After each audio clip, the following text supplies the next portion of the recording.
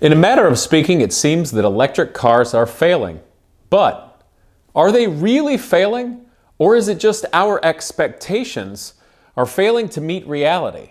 Going back to that, I remember the first time I drove the Tesla Roadster, which, as many of you recall, was really just a Lotus Elise that had its internal combustion engine and drivetrain removed. It was a bit rebodied and restyled, and of course had loads of batteries in it, an electric motor. And it was a neat car.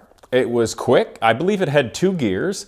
And while it wasn't blisteringly fast, it ended up being fast with regard to 0-60 times and such because it didn't have to shift. It was very easy to drive, and frankly, it was a cool toy. But it had no real world value, in a sense. It really didn't change anything other than being a start to what is Tesla. And obviously that's something very large and many topics for future videos. But the thing about that struck me with the first Tesla Roadster is, who owns it and what do they do with it? Well, it was a rich guy's toy. In fact, back when they were new, I remember the people that had them, the first 2 I knew, both drove Lamborghinis for fun, and it was just a toy. Now, to be fair, in many things in all of the industrialized world, early adopters have to be people that find a concept interesting and can afford it. It may not yet be economically feasible for real life, but it's something that they enjoy. So it's not fair to say it was just a rich guy's toy, because it really was and truly is now something larger. It was the start of something big, even beyond just Tesla. But why is it that I said that electric cars don't really work? To know that, let's just go back. I'm going to go back to the 90s when I was in high school, and I think it was physics class. And we were talking about electric cars. We were talking about petroleum. We were talking about gasoline. We were talking about energy as it relates to transportation. Automobiles, motorcycles, trains, even warfare. Commercial airplanes, or moving tanks and ships and things like that. And they asked the question, why don't we have electric vehicles everywhere? Why is that electric vehicles don't really work in far-off parts of the world, maybe third world country, maybe deserts, jungles, the sea, etc.? And I said, I'd raised my hand, and I said, you can't really store electricity, and you can't transport it as a unit per se. And he's like, you're exactly right. You see, the thing is about, shall we say, a liquid fuel, whether that maybe is diesel or a gasoline derivative, it could be alcohol, many things like that. You can store it, and you can move it, and you can keep it in a large quantity or a small quantity, and you can divvy it up. And if it's fuel, a liquid, or even a gas or compressed gas, that can be fed through a tube or a pipeline to somewhere else. But electricity is a bit different. For all intents and purposes, it has to be produced based upon the demand. You can't really store giant quantities of electricity. That would require obscenely large battery packs or capacitor packs, which is not feasible in terms of economics or logistics. That doesn't work per se. Whereas fuel, you can store in you just need a big tank, okay? It has some characteristics, things it needs in terms of temperature and storage and things like that, and water and all that. But it is vastly simpler to store a liquid or gas than it is electricity. You're not going to. So what does that tell us? Let's not get bogged down, as Jeremy Clarkson would say. Let's just all not get bogged down in the details and talking about electric cars right now and hybrids, internal combustion. Let's just go back to physics class and science class when we were in high school. Let's consider the world. We're all so accustomed to the first world. We're so accustomed to thinking of cities. If you're in America, New York, LA. Those are the 2 big ones there. Maybe it's Washington, D.C. Maybe it's Chicago. Although I'd like to avoid those because of the crime. The flyover states have a lot of value. But in any case, we all think about cities, major cities, metropolitan areas. California, as it is, especially Southern California, are very strict with regard to their modifications to cars and emissions. Well, that's largely in part due to, of course, congestion of the greater LA area and around, but also due to their climate, the nature of how the weather and wind moves in and mountains. keeps any of the pollution kind of concentrated in one area. That's what smog largely is. So the people there especially are accustomed to seeing that, being in their face. Now I bring that up because we all want a so-called solution. We want something perfect. We want a magic bullet. We want a Band-Aid. We want that magic wand. But it doesn't really exist anywhere in life. And an electric car is not that. Now, why do I say that? Okay, let's say you're in a city. I don't care if it's London or Paris or LA or wherever else, and you live there. You may not have to commute very far. Maybe it's only 10 miles. Maybe it's 5 miles, but it takes you 2 hours because of traffic. Or maybe it's 50 miles. It's not that far. And there's infrastructure. So having an electric vehicle in a city like that would be fantastic, especially if you're stuck in stop-and-go traffic. Who would want to drive a big internal combustion engine with a clutch and a stick shift? Not very many people in stop-and-go traffic. It's terrible, like in LA. Electric car would, in fact, be nicer. And if you're stuck in revolting traffic all the time in a city that's not very pretty, and that's the way it is, you know, a more automated driving would be really nice. In fact, I'll be honest, I really enjoy going places on trains because I can sit back, read a book, have a drink, do whatever I want, talk to people, watch the beautiful scenery go by. It's lovely. But very clearly, I love my automobile for things like the personal freedom and expression to get where I want to go and make my own way, and plus I'm a car guy. But that has nothing to do with what we're talking about now. The point is simple. In congested first world cities the world over, could be Tokyo, it could be Beijing, go all over the world. An electric car makes sense in that spot, if you can afford it, if you can charge it. You know, it keeps the pollution that exists because of it out of that area. Keep in mind, you still have to produce the energy that gets transmitted and stored in the batteries. So there's going to be some sort of byproduct. There's going to be some kind of waste. There's going to be some kind of pollution elsewhere. And the other thing we have to consider is, with all of the cars, what does it take to produce them? There is a toll to humanity. There is a toll to the environment. Producing any product, doesn't matter whether it's a sweater or a motorcycle or a car or Greta Thunberg's feet. No, shoes. Greta Thunberg's feet. Brilliant. It's a little late. You see what I'm saying? There's an environmental impact for producing almost anything, unless basically you live on a farm and make your own stuff. But we live in the industrialized age. So the point is, electric cars do have their place, but they sure as heck don't solve every problem. Okay, well, if they don't solve every problem, then why are they such a big deal? Well, it's simple. People always want something that's better. But also, people want more money and power. Somebody very bright said of recent, it was a very simple explanation for the proliferation of electric cars and government mandates, etc., trying to push it and make it happen for the future. All this push for electrification really comes more down to money out of one person's pocket and into another. Keep in mind, money is just a power. It's about power and control. Originally, with regard to the industrialized revolution, our world was built on steel and powered by oil. You've probably heard the names Carnegie and Rockefeller before, I would think. And you know, when I built this high-efficiency Omega car prototype I've done, which you guys will see on this channel more in the future, I would say that in something of a negative way at times. But after a few years and looking back, it's really not negative at all, because steel is a fantastic material and oil is a great fuel. It really is. But we try to judge the world as though we're magic and should have no impact upon anything. But that's not the case. Just us existing changes our world. It changes the future. It impacts other people's lives. Doesn't mean that it's wrong. So my point is simple with electric cars. they don't solve all the problems.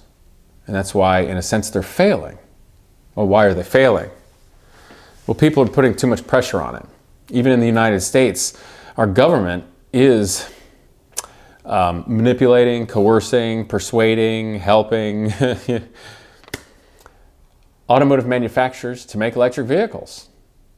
But truthfully, they kind of suck. They're losing the company's money, they're losing our nation money, taxpayers' money, and they're not that great. They just aren't. And the very idea of having a farmer in the Midwest who has to work hard with their hands, and their hands are splitting and falling apart from working in the cold and the harsh chemicals and whatever they're doing, whether it's a machinist or a farmer, you think they're going to want an electric truck when it gets below zero outside, the battery range goes to pot, they're ridiculously expensive after a while. You don't think that farmer that grows crops and harvests it and somewhat connected to land and people and business and looking at how the world works isn't going to look at this and say this is all BS and it doesn't work? Well, they're gonna. And a lot of other people are as well. Now, truthfully speaking, it wasn't that many years ago where my wife, we were going to get her a different car. I say different because I never buy a new car. I don't like losing money. And we were looking at various things, sports cars that could be fun, and we even looked at a Tesla, a used Tesla S. It's a very nice car. I think it had about 30,000 miles. It was silver, it had a light interior, and we drove it. We both test drove it. And frankly, I thought it was a fantastic car. It really was. You know, it looked pretty good. The interior was beautifully laid out. It was easy to get in and out of the back and the front. It was comfortable for adults. Since it didn't have a so-called transmission tunnel here, my wife loved it because there was somewhere for her to put her purse. Now that seems silly, but for her and her life and a woman like that, that's a big thing. It was well thought out. All of the instrumentation and the screens, it was tremendous to get where you want to go. And it was a quick car. It was a great way to zip around traffic. And the trunk was good too. And I'm like, this is it. This is our car. You know, it might be a little limiting for driving across the country, but we can drive something different. We had that luxury in that regard. But she didn't want it. She said no, even though I thought it was fantastic. She said, this is a great car, but it's kind of like an appliance. It doesn't really have any soul, and I'd like to have a little fun. Now that's very interesting, because that's coming from my wife. She likes cars well enough. She lets me be as ridiculous as I am here and being such a ridiculous car guy. I should say it a little tongue in cheek.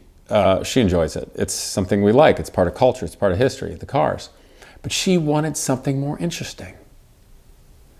But that's fascinating because there's something else.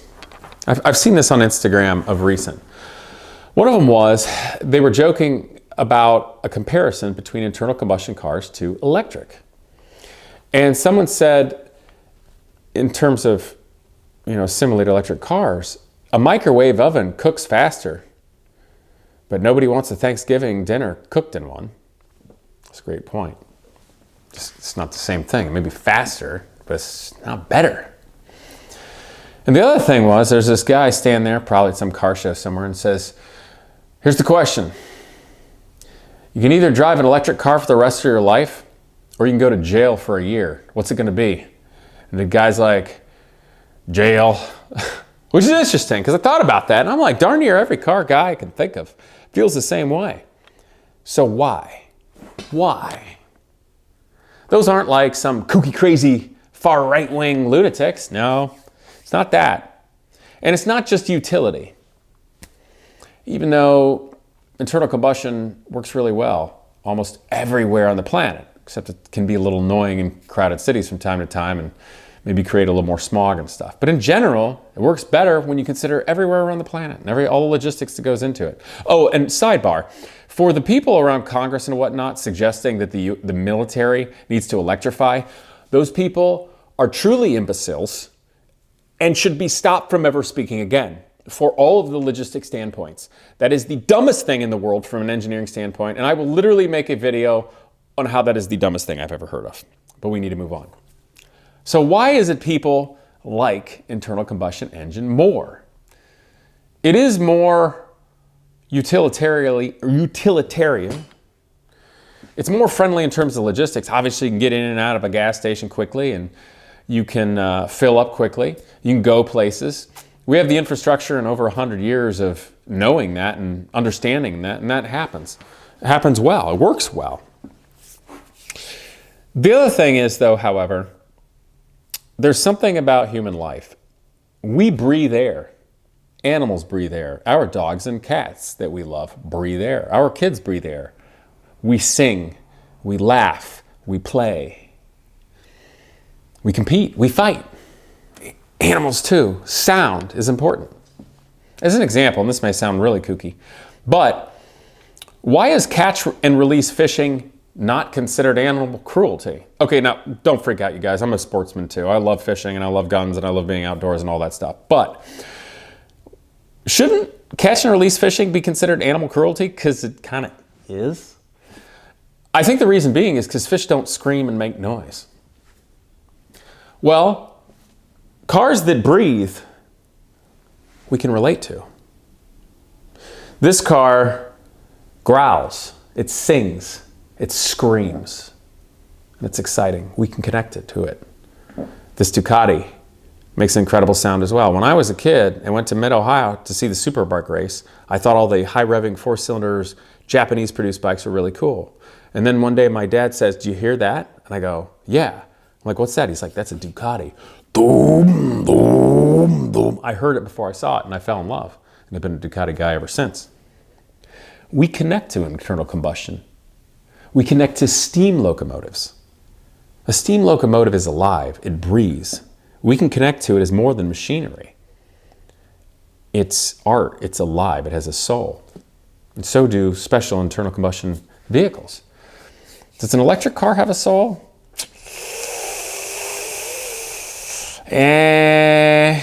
I think my radio control car from when I was a kid has a little more soul than that. They're an appliance. We don't connect. It makes life sterile. It makes life less interesting. And we lose the human connection to it. So if we all, or at least car enthusiasts, motorcycle enthusiasts, lose that human connection to our machine, the thing that we love, the joie de vivre, the life connection, and it's just an appliance, and you kill that art, that aspect of life, I don't think people are going to like it. Then what are they going to do? There's other concerns with electric cars too, especially ones that are self-driving. And it's not hard to project where that could go, especially with the nature of how the internet algorithms, et cetera, work and social media platforms and how they direct you. If all the cars were electric, the powers that be can just shut off your electricity. They can just go beep, boop, beep, boop, beep, boop, and shut off your car. It can also direct you where it wants to go, when it wants you to go, if it wants you to go. Well, at least me being an American, yeah, we don't like that. And the government was supposed to be for the people, by the people, and not we tell the people what we want you to do. Sit down and shut up. That's not going to fly. That's the other thing that, generally speaking, people don't love about electric cars. Hybrid are a Band-Aid. They're kind of a weird in-between. They take too much energy to produce, they're too complicated, there's too much to fix, and the miles per gallon isn't really worth it. That's the other reason I'm going to be talking about my Omega car, because it's just a straight internal combustion engine car, it's diesel, and I'm pretty sure it's out accelerating my Dodge Viper, but getting about 100 miles a gallon plus. And I built it so it could be a low environmental impact, because I thought all the things I'm talking about are important, and I think a lot of the popular conceptions out there are frankly stupid. I think politicians are full of crap, and I think they're perpetual gaslighting liars. And I think Washington is full of a bunch of sociopaths. I don't like that either. So the reason electric cars aren't really working is because they don't work. It's pretty simple. Doesn't mean they're bad. I think they're pretty neat. I might have one someday, but I don't now. Because I like cars, I still enjoy them. And my everyday cars are like 20 years old. And I think the most environmentally friendly thing I can do is maintain the old things I have. Because it takes a lot of energy to produce something new that we don't really need.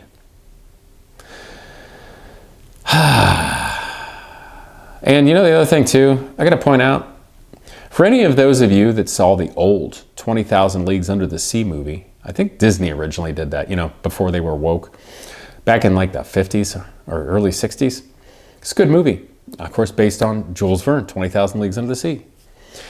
And a major part of the movie was when Nemo took the scientist, and I can't remember his name right now, ashore to show him the slave mines, the slave encampment, that he is, or Rural Pente, something like that, where he had escaped with his, I don't think his wife made it out. I think they killed her or his children, something like that. It was a horrible thing. It was the character building of Captain Nemo.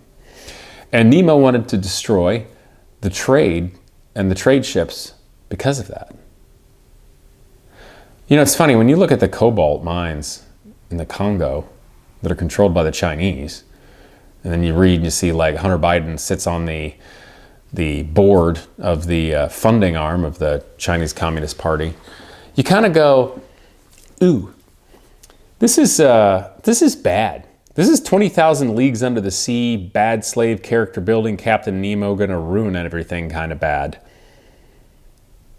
But we're still stuck in our college football match rivalry, highly toxic, highly polarized, partisan, political football match. That kind of stinks. It also kind of stinks that we have to be so sensational out there. Anyway, guys, that's my video for tonight. It is late. This is the first full week of me doing Gazy's Golden Shovel. I hope you've enjoyed it. Of course, I had the big heartfelt opener. It was an hour and a half long, stories about my grandfather, dedicating this channel, effectively the effort forever more here to my grandfather, which was such an integral part of me being who I am and getting anywhere in life. And I think a huge part of making our community and nation better. So big dedication there. We also got out all the old dictionaries and defined zealots. And I mentioned about the proliferation of zealots and zealotry around the world for all the crazy things that are being stoked, those fires stoked because of the internet. And that video and the other definition videos will be the beginning of playlists in the future when we see things that relate to it ongoing. So we can come back and always reference that. And then the other video, of course, had to do with fascism. I think so very few people, especially in America now, can actually define what fascism is and what are the mechanics. Some people might be able to relate it to a couple of bad times in the 20th century, but so few people know exactly how it works. And I think it's very relevant to things that are happening today, both in the United States and Europe. And then yesterday we talked about the right to repair and just how important it is for people to be able to use their hands and their own tools and fix up things like their home or their car, computer, firearm, whatever it is, so that you can maintain your life and get somewhere. And how that's trying to be taken away because of consumerism, politics, politicians, money, corporations, etc., that are just trying to find new ways to get money out of people. And we have to fight for the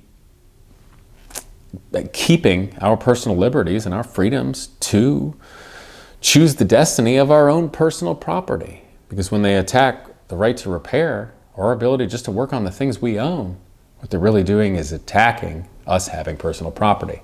And that's a frightening, slippery slope that we have to stay very far away from. Also relating to the video from fascism, one thing you can take away from that is a critical component of fascism is censorship. Think about that when you're seeing what's going on out there in the world. And also remember that the United States First Amendment is the freedom of speech. And freedom of speech is in polar opposition to censorship. Censorship being critical to how fascism works. So I think it's very, very important for us to remember all of the things that created this great nation for everyone was done so by very smart people for a reason. It's lasted this long. So that's a big part of why I'm doing this channel.